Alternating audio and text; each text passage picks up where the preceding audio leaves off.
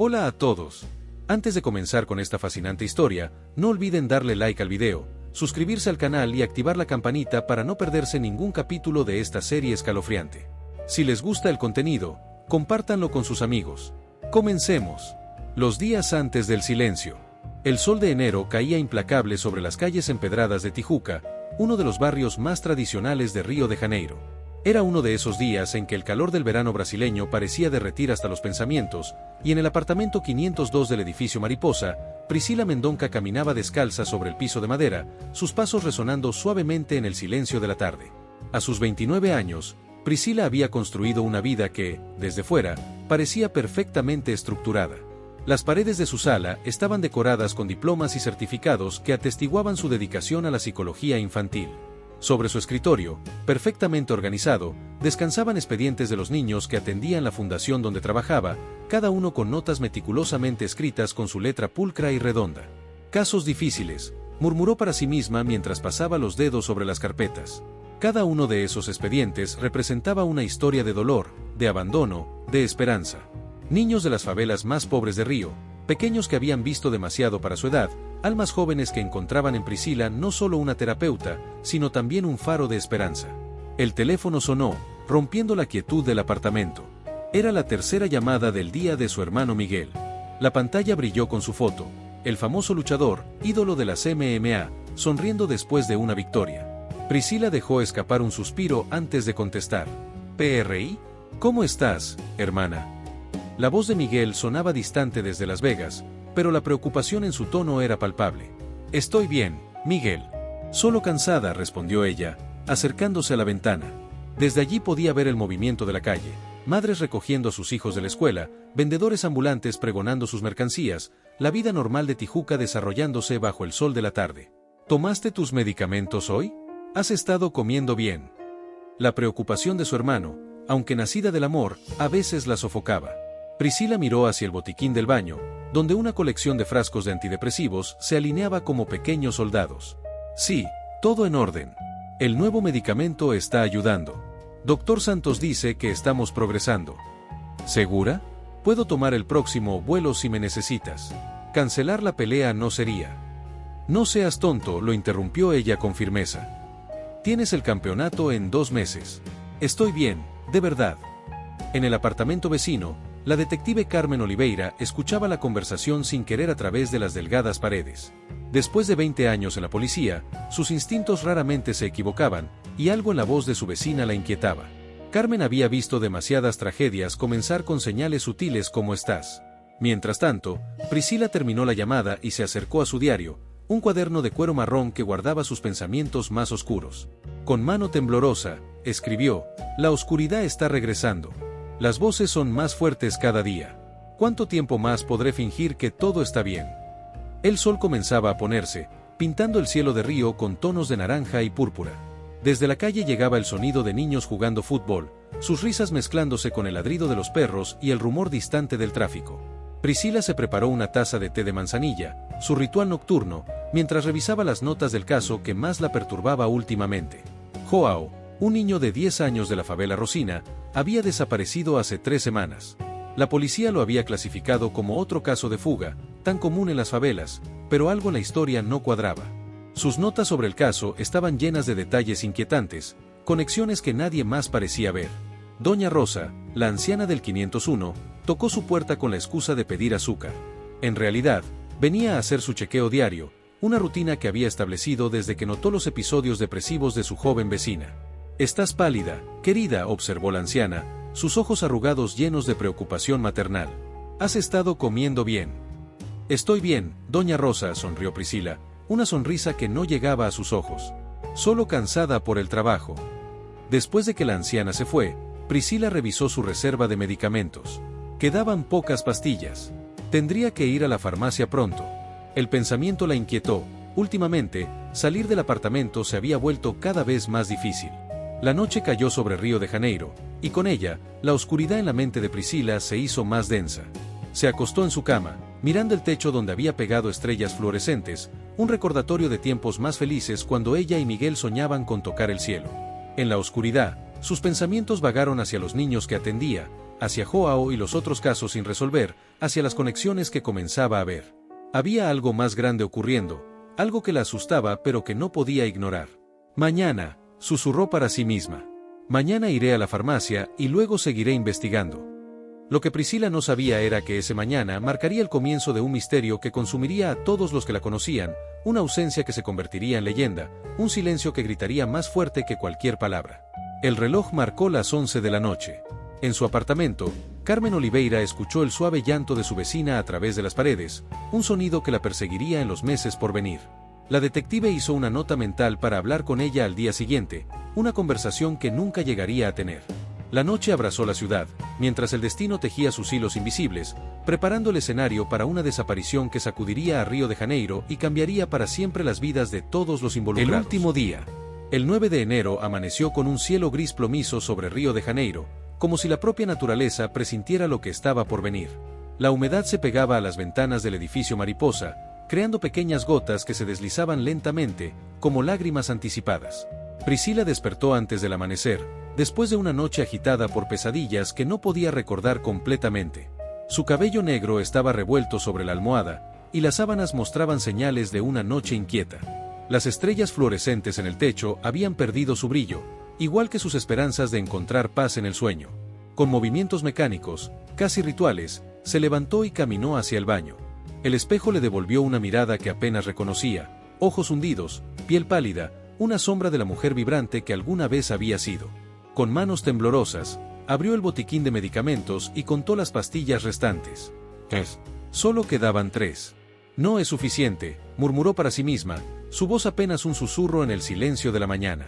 Se sentó en su escritorio, donde el diario de cuero marrón la esperaba como un confidente silencioso. Con letra irregular, muy diferente a su habitual caligrafía meticulosa, escribió: necesito más medicamentos. La oscuridad está regresando. Las voces son más claras cada día. Hay conexiones que nadie más ve. El caso de Joao no es el único. Hay más niños. Tantos niños perdidos. ¿Quién más está viendo lo que yo veo? El sonido de platos en el apartamento vecino le recordó que la vida continuaba su curso normal. Carmen Oliveira, la detective, se preparaba para otro día de trabajo. Priscila podía escuchar sus pasos firmes, el tintineo de llaves, el ruido familiar de una vida ordenada y estructurada. El teléfono vibró sobre el escritorio. Era un mensaje de Miguel. Buenos días, hermana. ¿Cómo amaneciste? Recuerda que te amo. Priscila miró el mensaje durante varios minutos sin responder. ¿Cómo explicarle a su hermano que las sombras en su mente se estaban volviendo más densas cada día? La mañana avanzó lentamente. Priscila revisó una vez más sus notas sobre los casos de niños desaparecidos. Había patrones que comenzaban a emerger, lugares específicos, personas que se repetían en los testimonios, una clínica que aparecía mencionada en susurros. Sus manos temblaron mientras dibujaba conexiones en un mapa de la ciudad. A las 2 de la tarde, la lluvia comenzó a caer suavemente sobre Río. Priscila se acercó a la ventana, observando cómo las gotas creaban patrones en el vidrio. Necesitaba salir, conseguir sus medicamentos, pero algo la mantenía paralizada frente a la ventana. En la calle, un auto negro llamó su atención. ¿Era el mismo que había visto los últimos días? Doña Rosa apareció en su puerta a las 2:30, como si el destino la hubiera enviado para ese último encuentro. «Mijita, ¿cómo estás hoy?», preguntó la anciana, sus ojos arrugados estudiando el rostro de Priscila con preocupación maternal. «Necesito ir a la farmacia, doña Rosa», respondió Priscila, su voz sonando distante incluso para ella misma. «Se están acabando mis medicamentos». «Está por llover más fuerte, querida. ¿Por qué no esperas a mañana?». Pero Priscila sabía que no podía esperar. Las voces en su cabeza se estaban volviendo más fuertes, y las 3 pastillas restantes no serían suficientes para mantenerlas a raya. A las 3 de la tarde, después de guardar cuidadosamente sus notas en un cajón con llave, Priscila se preparó para salir. Se puso una chaqueta ligera, a pesar del clima amenazante, y tomó su bolso pequeño. En el espejo del recibidor, su reflejo la miró con una expresión que parecía decir adiós. En el pasillo, se cruzó con Carmen, que regresaba temprano del trabajo. «¿Sale con esta lluvia, Priscila?», preguntó la detective, notando algo diferente en la mirada de su vecina. «Solo voy a la farmacia», respondió Priscila con una sonrisa débil. «No tardaré». Carmen sintió un escalofrío inexplicable. Años de experiencia a la policía le habían enseñado a confiar en sus instintos, y algo en esta escena disparó todas sus alarmas internas. En el lobby del edificio, doña Rosa regaba sus plantas cuando Priscila pasó junto a ella. ¿Va a la farmacia, querida?, preguntó la anciana nuevamente, como si quisiera grabar este último momento en su memoria. Sí, no tardaré, respondió Priscila, las mismas palabras que había dicho a Carmen, como un disco rayado repitiendo su última pista. Tenga cuidado, está por llover más fuerte.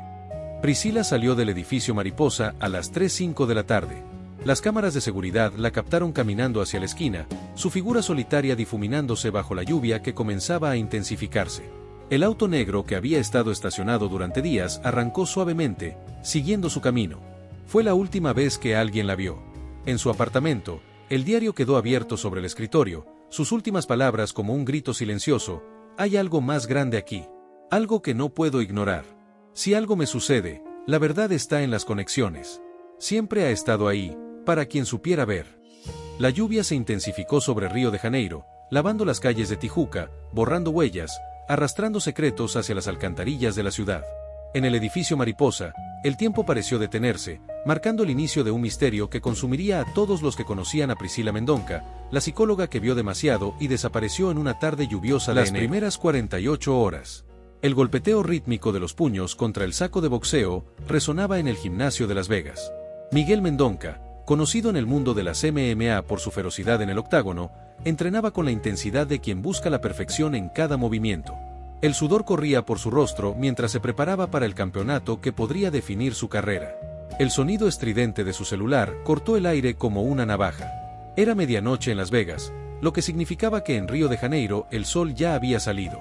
La llamada provenía de doña Rosa, un número que rara vez aparecía en su pantalla. Miguel.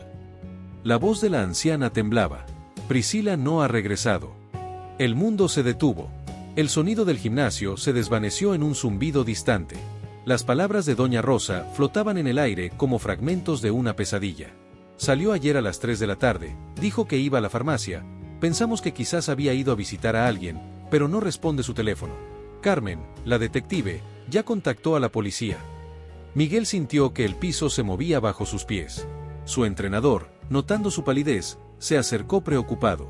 Voy para allá, interrumpió Miguel, su voz ronca por el miedo que comenzaba a trepar por su garganta. Manténganme informado de cualquier novedad. En menos de una hora, había cancelado su entrenamiento, empacado una malisa y estaba en camino al aeropuerto. Durante el vuelo de 11 horas, cada minuto fue una tortura. Su mente reproducía la última conversación con Priscila una y otra vez, buscando señales que hubiera pasado por alto. Mientras tanto, en Río de Janeiro, la detective Carmen Oliveira había tomado el caso personalmente. No era común que una detective de homicidios se involucrara en una desaparición tan reciente, pero sus instintos le gritaban que algo estaba terriblemente mal. En el apartamento de Priscila, Carmen observaba cada detalle con ojos entrenados. Las pastillas contadas en el botiquín, el diario sobre el escritorio, las notas meticulosamente organizadas. Algo en la disposición de los objetos le decía que esto no era una simple desaparición voluntaria. Necesito acceso a las cámaras de seguridad de todas las farmacias en un radio de 10 cuadras, ordenó Carmen a su equipo. Y quiero saber si alguien vio ese auto negro que mencionó doña Rosa. La lluvia del día anterior había borrado cualquier rastro físico, pero Carmen sabía que en esta era digital, las personas siempre dejaban otro tipo de huellas. Mientras revisaba el registro de llamadas de Priscila, un patrón comenzó a emerger. Mira esto, le dijo a su compañero, el detective Santos. En las últimas 2 semanas, recibió varias llamadas de un número desconocido, siempre a la misma hora.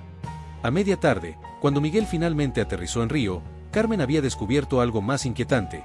2 días antes de su desaparición, Priscila había retirado una suma considerable de dinero de su cuenta bancaria. El reencuentro entre Miguel y Carmen ocurrió en el apartamento de Priscila. El luchador, exhausto por el viaje y la preocupación, escuchaba mientras la detective compartía sus descubrimientos iniciales. Ninguna farmacia en la zona registró su visita, explicó Carmen, su voz profesional pero compasiva. Las cámaras de seguridad la muestran caminando hacia la avenida São Francisco Xavier, pero después, nada. Es como si se hubiera desvanecido en el aire. Miguel recorrió el apartamento de su hermana como un fantasma, tocando sus pertenencias, respirando su ausencia. Se detuvo frente al mural donde Priscila mantenía fotos de los niños que atendía en la fundación. Había estado actuando diferente últimamente, murmuró Miguel, más para sí mismo que para Carmen. Más distante, más preocupada. Carmen observó mientras el fornido luchador se quebraba frente a las fotografías. En sus años de servicio, había visto suficientes casos para saber que las primeras 48 horas eran cruciales en una desaparición. Y ya habían perdido 24. Necesito revisar su computadora, dijo Carmen. Y sus cuadernos de notas.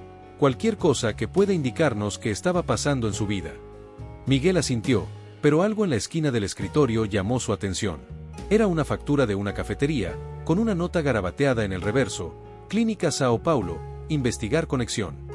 ¿Qué es esto?, preguntó, mostrándole el papel a Carmen.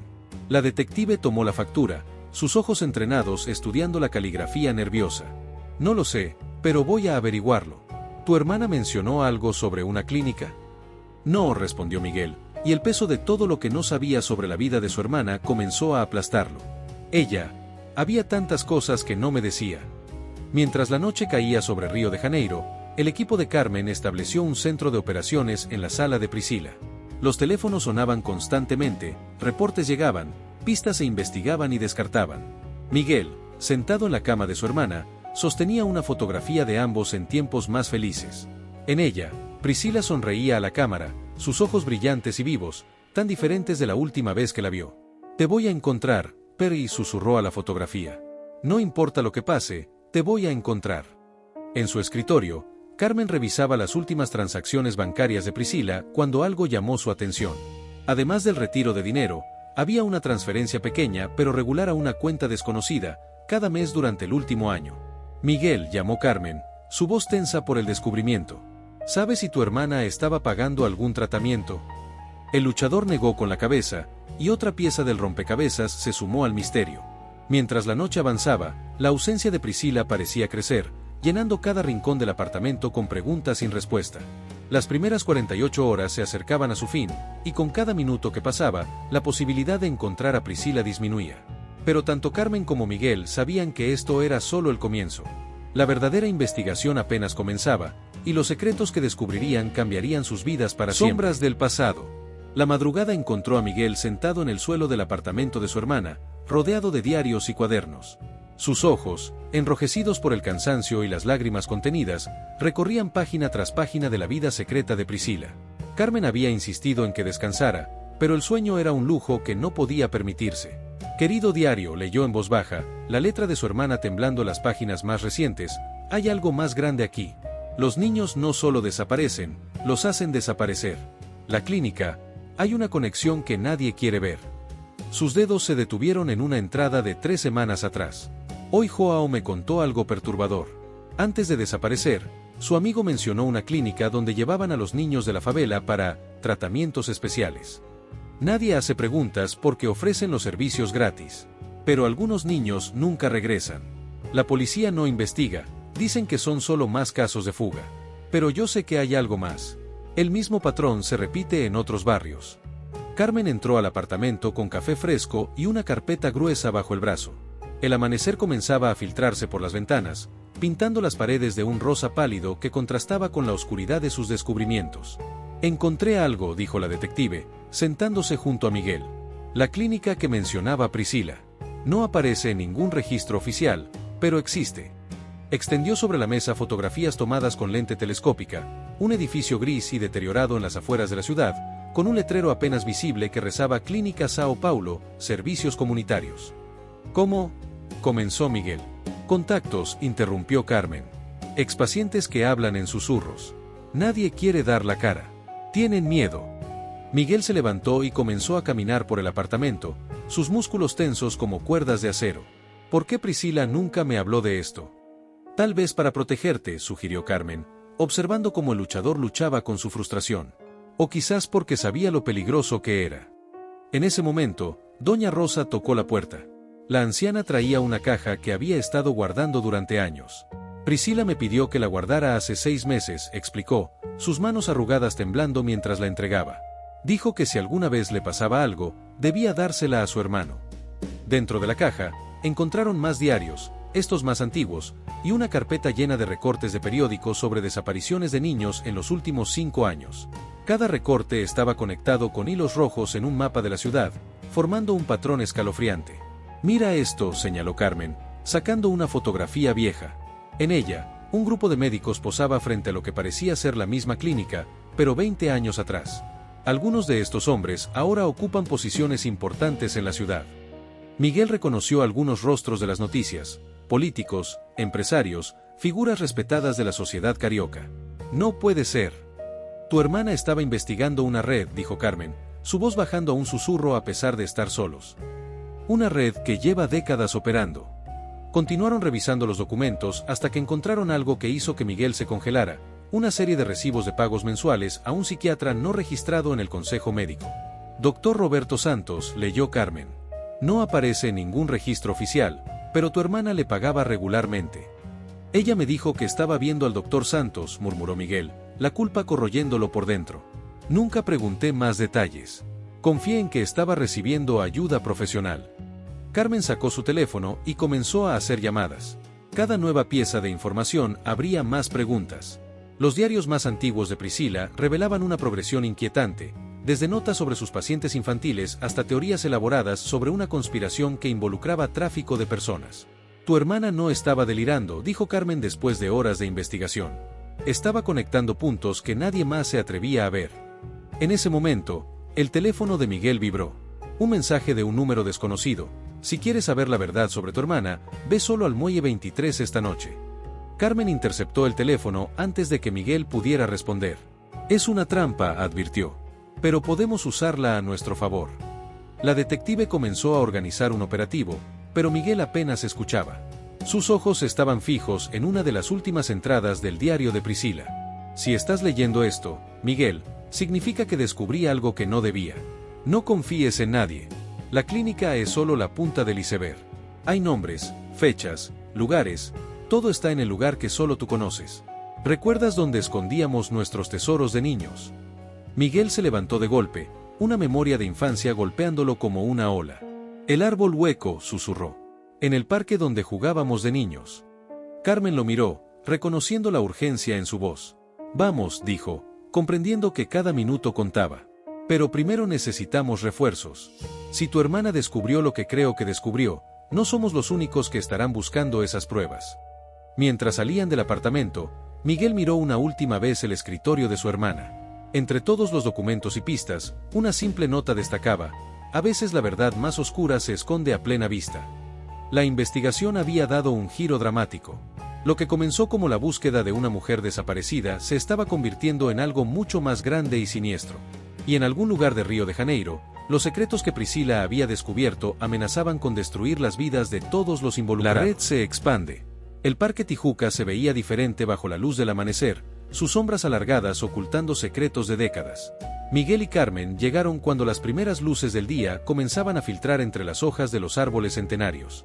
El lugar estaba desierto, excepto por algunos corredores madrugadores que pasaban a lo lejos. ¿Estás seguro de que es este árbol?, preguntó Carmen, mientras observaba a Miguel tocar la corteza de un viejo árbol como si estuviera leyendo braille. Priscila y yo tallamos nuestras iniciales aquí cuando éramos niños, respondió él, sus dedos encontrando las marcas gastadas por el tiempo. Este es nuestro árbol. Con manos temblorosas, Miguel comenzó a explorar la cavidad del tronco. El hueco era más profundo de lo que recordaba, y por un momento temió que el tiempo hubiera borrado también este último mensaje de su hermana. Entonces sus dedos tocaron algo, una bolsa plástica sellada, protegida de la humedad y los años. Dentro encontraron un pendrive y un cuaderno pequeño, diferente a los diarios que habían encontrado en el apartamento. La letra de Priscila era más pequeña aquí, más urgente, como si hubiera escrito contra el tiempo mismo. Necesitamos revisar esto en un lugar seguro, dijo Carmen, mirando alrededor con desconfianza profesional. Mi apartamento está vigilado por cámaras. Vamos. En el camino, el teléfono de Carmen sonó. Era Santos, su compañero en la fuerza. Jefa, encontramos algo sobre la clínica. No vas a creer esto. En el apartamento de Carmen, conectaron el pendrive a una computadora segura. Lo que encontraron hizo que ambos contuvieran la respiración. Docenas de archivos organizados meticulosamente, cada uno etiquetado con fechas y nombres. Mira esto, señaló Carmen, abriendo uno de los archivos. Tu hermana había estado recopilando información durante años. No solo sobre los niños desaparecidos, sino sobre todo un sistema. Los archivos revelaban una red compleja que se extendía más allá de la clínica. Había registros de transferencias bancarias, correos electrónicos interceptados, fotografías tomadas desde lejos. Priscila había documentado todo. Aquí, dijo Miguel, señalando una carpeta. Pacientes de la clínica. No son solo niños de las favelas, hay adultos también. Personas que desaparecieron después de amenazar con exponer algo. Carmen comenzó a hacer conexiones rápidamente en su mente entrenada. Los patrones coinciden. En los últimos 5 años, ha habido un aumento en las desapariciones voluntarias de personas que habían estado en contacto con la clínica. El teléfono de Carmen volvió a sonar. Esta vez era un informante anónimo. La clínica es solo una fachada, dijo la voz distorsionada. Están moviendo personas. No solo de Río, sino de todo el país. Tienen conexiones en todas partes. Políticos, jueces, policías. ¿Por qué nos dice esto ahora?, preguntó Carmen, su voz tensa. Porque la psicóloga tenía razón. Y ahora están limpiando todo. Tienen miedo. Después de colgar, Carmen miró a Miguel con preocupación. Están destruyendo evidencia. Necesitamos actuar rápido. En ese momento, Santos llegó al apartamento con más información. La clínica está registrada bajo una fundación benéfica. Los fondos vienen de donaciones de algunas de las familias más poderosas de Río. Pero aquí está lo interesante. Cada vez que investigamos a alguien conectado con la clínica, los casos se cierran misteriosamente. Miguel hojeaba el cuaderno encontrado en el árbol mientras los detectives hablaban. Las últimas páginas contenían algo diferente, una lista de nombres y lugares, escritos en un código que solo él podía entender. PRI y yo creamos este código cuando éramos niños, explicó, traduciendo rápidamente. Estos son lugares, puntos de encuentro. Y estos nombres, son personas que ella contactó. Personas que saben la verdad, pero tienen miedo de hablar. Carmen se acercó a su pizarra de investigación, comenzando a conectar los nuevos puntos con hilos rojos, igual que Priscila lo había hecho. El patrón que emergía era aterrador en su alcance y complejidad. Tu hermana descubrió algo más grande de lo que imaginábamos, dijo Carmen. Esto no es solo sobre desapariciones. Es sobre tráfico de personas, lavado de dinero, corrupción institucional. Y por eso la hicieron desaparecer, completó Miguel, su voz quebrada por la realización. El sonido de un auto frenando bruscamente afuera los alertó. A través de las cortinas, vieron varios hombres de traje descendiendo de vehículos negros. No son policías, murmuró Carmen, reconociendo el patrón de movimiento. Miguel, toma todo. Hay una salida por el sótano. Mientras recogían apresuradamente la evidencia, el teléfono de Miguel vibró con un mensaje. Sabemos que tienen los archivos. Todavía hay tiempo de hacer un trato. Carmen y Miguel se miraron, entendiendo que habían cruzado un punto sin retorno. La red que Priscila había descubierto estaba viva, y ahora los estaba cazando a ellos también. No podemos confiar en nadie, dijo Carmen, sacando su arma de respaldo. Ni siquiera en la policía.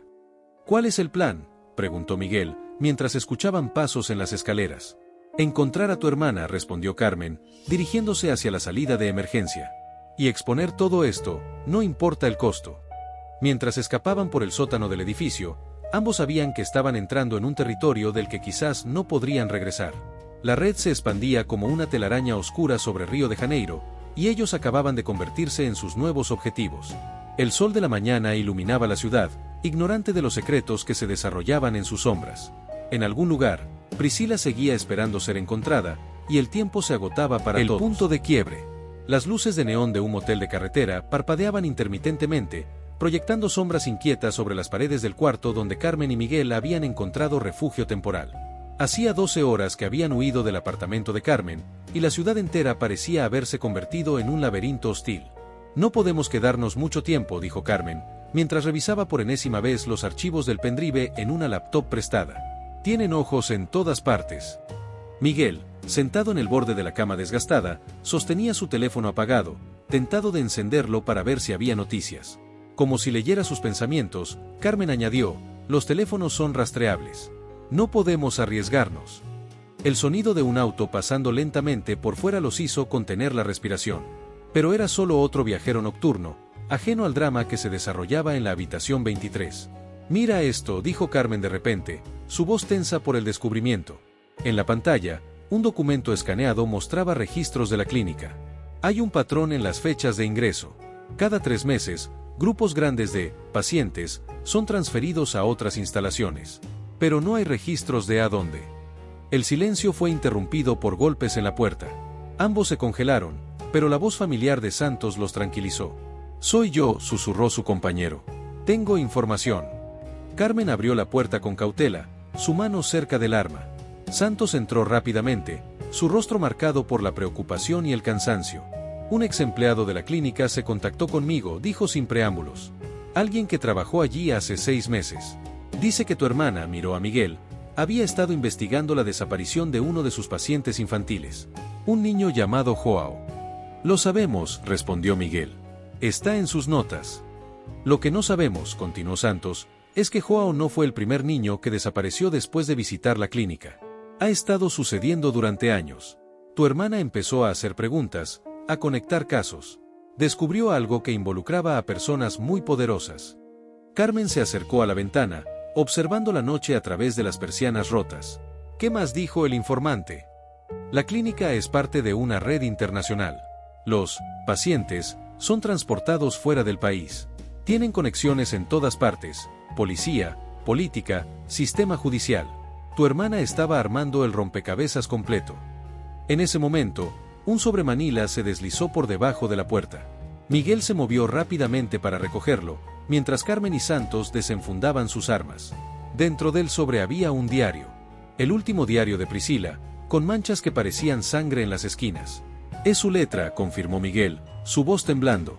Las páginas estaban llenas de anotaciones frenéticas, nombres, lugares, fechas.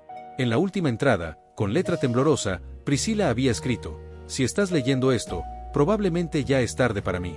Pero no para ellos. Los niños siguen desapareciendo. La clínica es solo el principio. Hay más instalaciones, más personas involucradas. Todo está conectado. Miguel, perdóname por no decirte antes. Tenía que protegerte. Carmen, si estás leyendo esto, confía en tus instintos. La verdad está en los números, en los patrones. Sigue el dinero. Carmen tomó el diario y comenzó a revisarlo metódicamente. Hay coordenadas aquí, señaló. Y códigos bancarios. Tu hermana estaba siguiendo el rastro del dinero. Pero, ¿quién dejó esto?, preguntó Santos, mirando hacia la puerta. Como respondiendo a su pregunta, el teléfono del motel sonó. Carmen lo atendió con cautela. La psicóloga descubrió demasiado, dijo una voz distorsionada. Pero no está muerta. Todavía no. Tienen 24 horas para detener la investigación, o ella será solo otra desaparecida más. La llamada se cortó, dejando un silencio pesado en la habitación. Es una trampa, dijo Santos. Por supuesto que es una trampa, respondió Carmen. Pero también es la primera confirmación de que Priscila está viva. Miguel se levantó, sus músculos tensos como cables de acero. No importa si es una trampa. Si hay una posibilidad de que esté viva. Espera, interrumpió Carmen, revisando nuevamente el diario. Hay algo más aquí. Priscila dejó un mensaje codificado. Mira estos números, no son coordenadas normales. Los tres se inclinaron sobre el diario, estudiando las anotaciones. Entre las páginas manchadas, un patrón comenzó a emerger. Son rutas, dijo Santos de repente. Rutas de transporte. La clínica es solo un punto de tránsito. Los llevan a través de diferentes puntos antes de sacarlos del país. Y Priscila trazó todo el mapa, completó Carmen. Por eso la querían silenciar. Un ruido fuera de la habitación los alertó. Luces de varios vehículos iluminaron las cortinas gastadas. Nos encontraron, susurró Santos. Carmen comenzó a guardar rápidamente los documentos. Hay una salida por el baño. Santos, necesitamos una distracción. Ya saben demasiado, dijo Santos, su voz extrañamente calma. Lo siento. La verdad emerge. El tiempo pareció detenerse en aquella habitación del motel.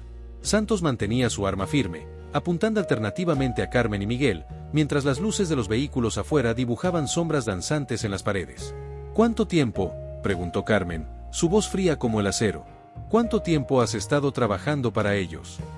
Desde el principio, respondió Santos, una sonrisa amarga curvando sus labios. Alguien tenía que mantener la investigación controlada. Todo iba bien hasta que la hermana del luchador empezó a hacer demasiadas preguntas. Miguel dio un paso adelante, sus músculos tensos como cuerdas de piano.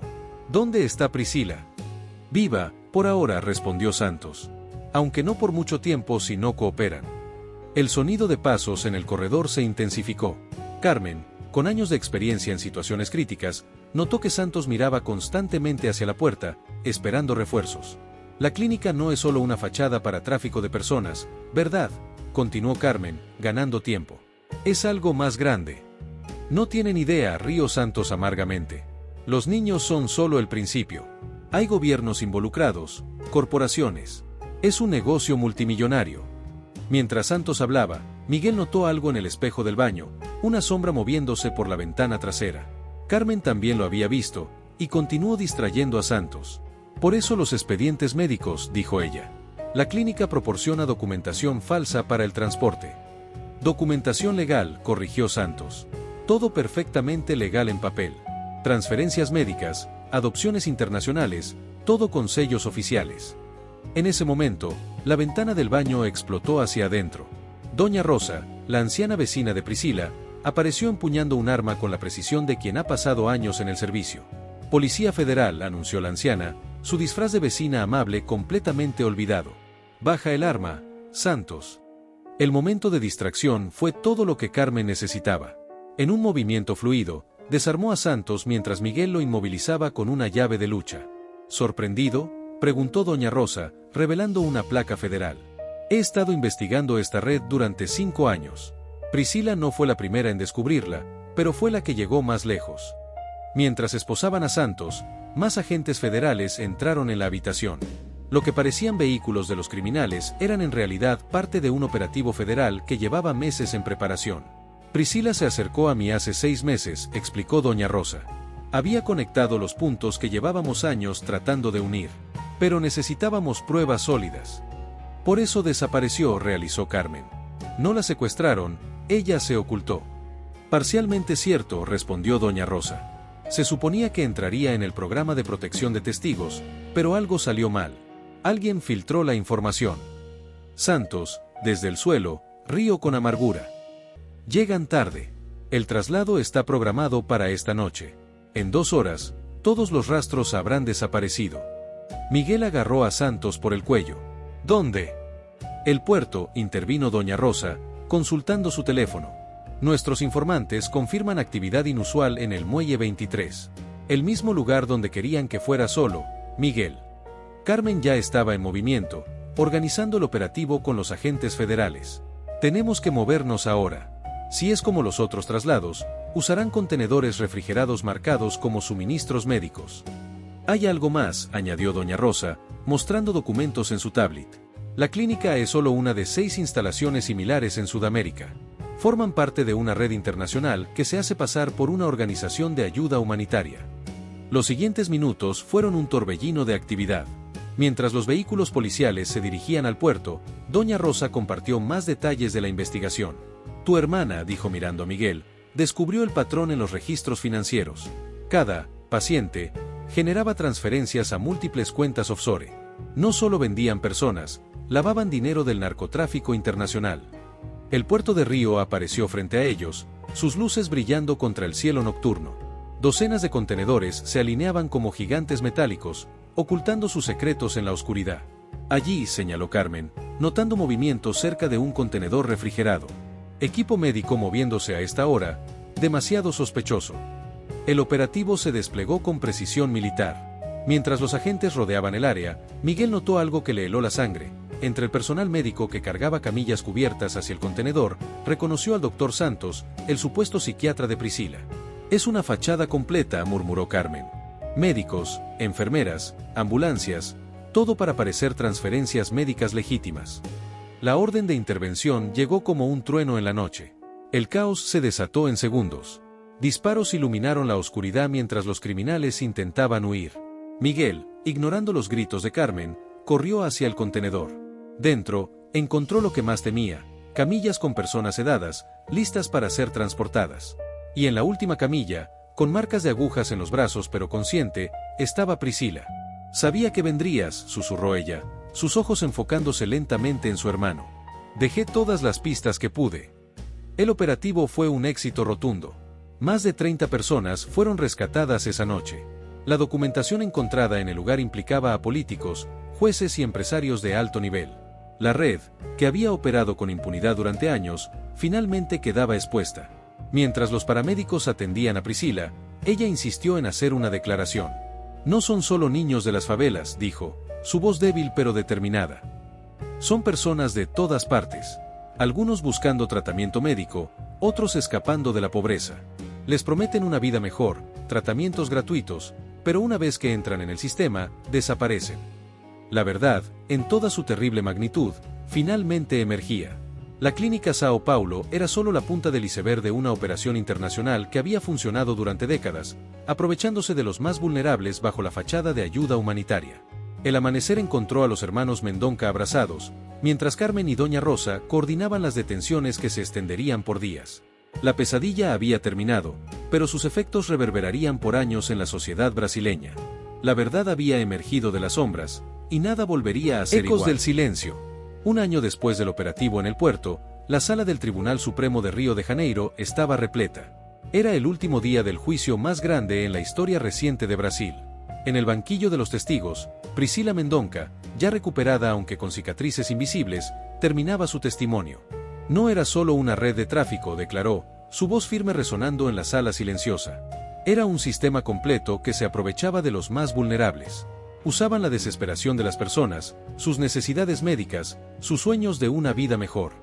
En la primera fila, Miguel observaba a su hermana con una mezcla de orgullo y dolor. El último año había transformado a ambos de maneras profundas. Él había abandonado temporalmente su carrera en las MMA para dedicarse a la fundación que habían creado juntos, Voces del Silencio, una organización dedicada a investigar desapariciones y ayudar a víctimas de tráfico humano. Carmen, sentada junto a Miguel, repasaba sus notas. Como principal investigadora del caso, su testimonio había sido crucial para desmantelar la red. Más de 200 personas habían sido arrestadas en operativos coordinados en 6 países.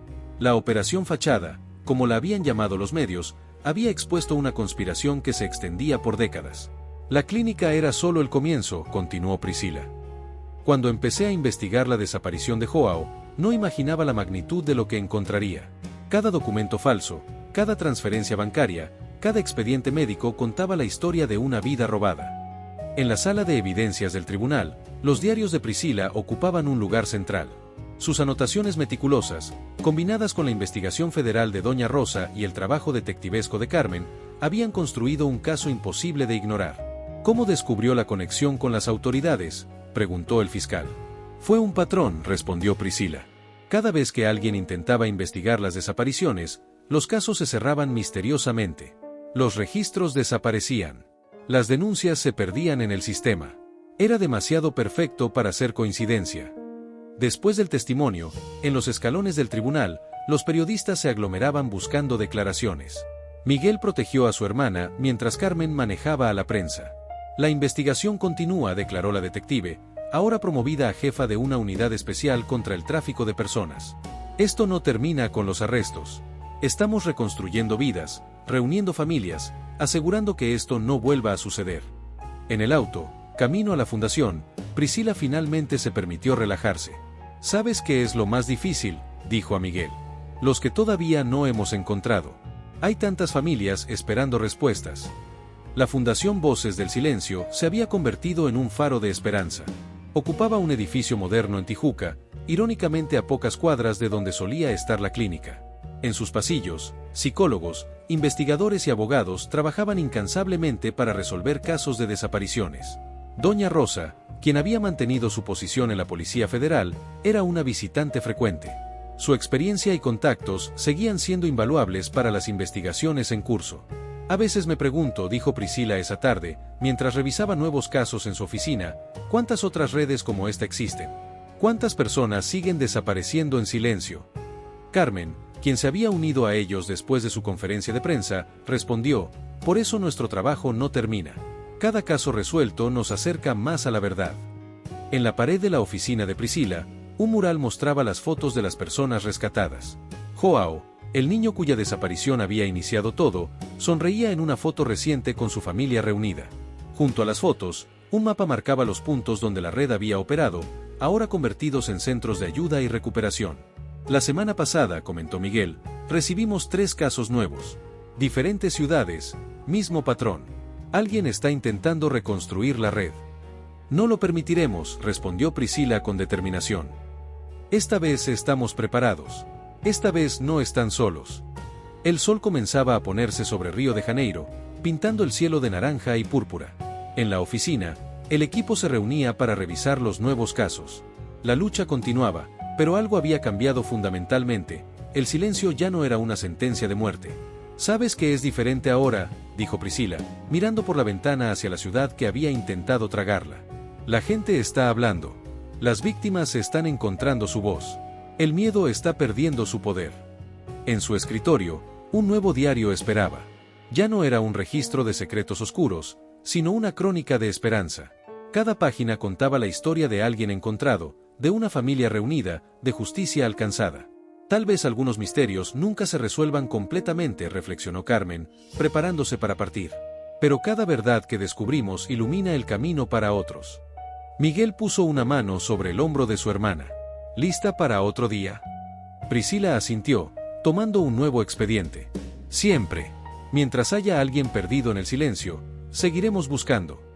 La noche cayó sobre Río de Janeiro, pero las luces de la fundación permanecieron encendidas, como un faro en la oscuridad. En algún lugar de la ciudad, alguien buscaba ayuda, y esta vez, encontraría voces dispuestas a romper el silencio. El caso de Priscila Mendonca había terminado, pero su legado continuaba. En cada persona rescatada, en cada red desmantelada, en cada verdad revelada, su historia vivía. Los ecos del silencio se habían convertido en gritos de esperanza, y la oscuridad que una vez amenazó con consumirla ahora retrocedía ante la luz de la verdad. Fin.